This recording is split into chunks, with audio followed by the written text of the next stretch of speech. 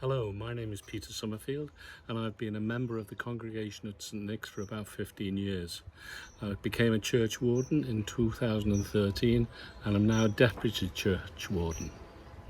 Just over 12 months ago we had celebrated Easter, and shortly after I was honoured to present Father Fergus as he was ordained priest at Liverpool Cathedral. As a church community, we celebrated that afternoon and evening, and the following morning Fergus celebrated his first Eucharist as an ordained priest. Little did I realise that within 3 months my life would change dramatically when I was diagnosed with a serious condition which 2 months later saw me undergoing major surgery followed by a period of recovery.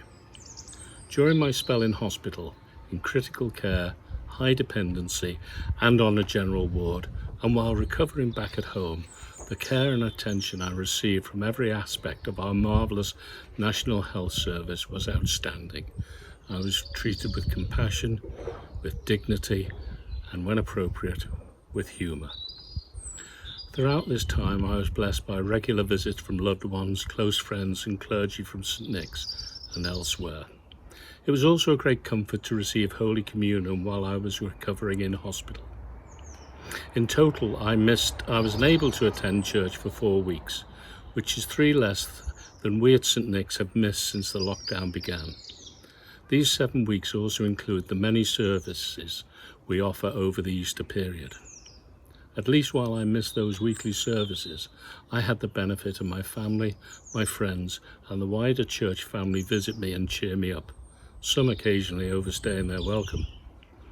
I really feel for any parent patients currently hospitalised who are unable to receive visits from their family and friends during these surreal times, let alone have the comfort of receiving Holy Communion, whether in church, home or hospital, as these visits are so important and a great aid to recovery.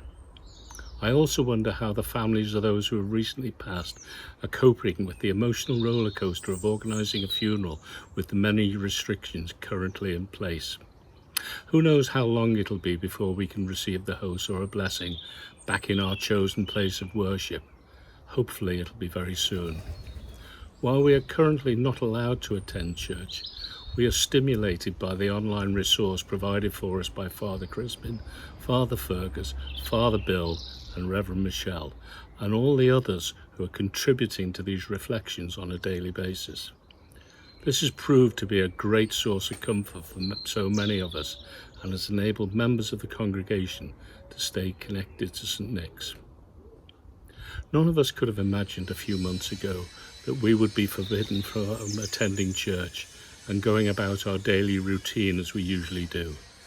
Even during the war years, church worship still took place, and after the 1940 and 1941 bombings, when St Nick's was destroyed, the weekly services continued, albeit in the ruins or in temporary buildings erected on site.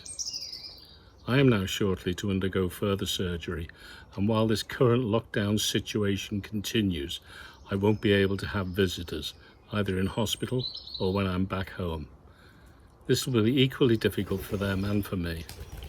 I do know, however, that I will be in the best hands medically and also in God's care, as always.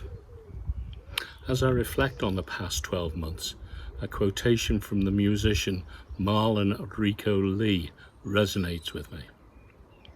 Be grateful for the things and people you have in your life.